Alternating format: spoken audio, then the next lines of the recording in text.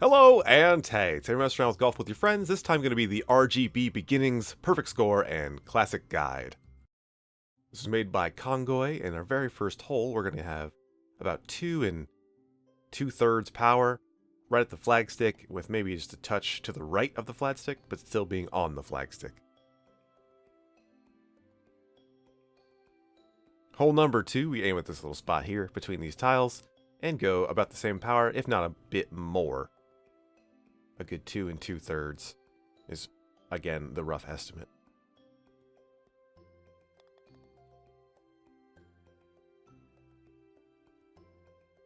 Hole number 3, I come up about 3 tiles up this hill, 4 tiles up this hill, and aim with about, again, around the same power, but slightly less than the previous 2 holes, which, regardless if those doors are up or not, we will end up down in that bowl. It is very specific, that power, so play with it a little bit, you get there.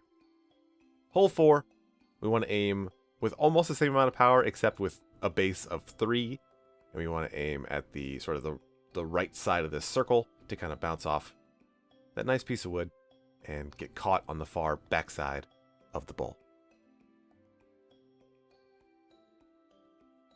Hole 5, I'm sure there's a much easier shot than this as far as confirming your result. We go just under full power here, kind of this little squeeze. We want to go just left of this intersection at the base of the hill. So we just stayed on that light tile there, which gets us into the bowl. And we want to have as little speed as possible to kind of guarantee us getting a straight out of here result. Again, I'm sure there's a better shot, but being as I was kind of pressed for time, and we just got a nice perfect shot there. Hole 6, sort of any way that you can get down into this second bowl is going to be fine. You want to kind of fall towards the right side of the chute because you will gain less speed overall. If you stick to that left wall, you have a very, very good chance of gaining a lot of speed and coming out of this bowl, which I almost did there. And that's another easy shot.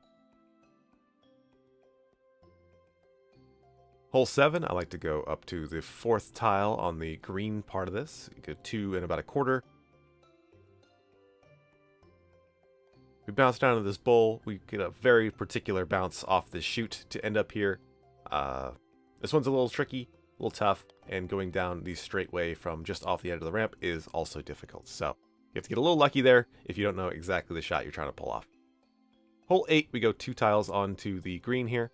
We want to take a very specific amount of power off. Full power is too much, and if you take any more off than what I end up shooting with, you're going to have kind of a bad time. It's going to bounce off to the side of the hole, but with enough practice, you'll be able to get that without any problem. And hole 9, we didn't have any full power shots. I kind of just roll over here. Anything that's just right of this flag, full power, it'll go right in. Very little issues. You can also shoot up here. This is the most adaptable hole on the entire course. So we're already done with the course. Perfect 9. I wouldn't say it's the most easy 9. Difficulty of the course is a 3 out of 10, but I think the hole-in-one shots are a bit more tricky than that. I don't know if I'll be playing the sister course because the design is very good. I like the aesthetic of it. Very simplistic. That red, green, blue. It works. It looks very nice. But sort of the more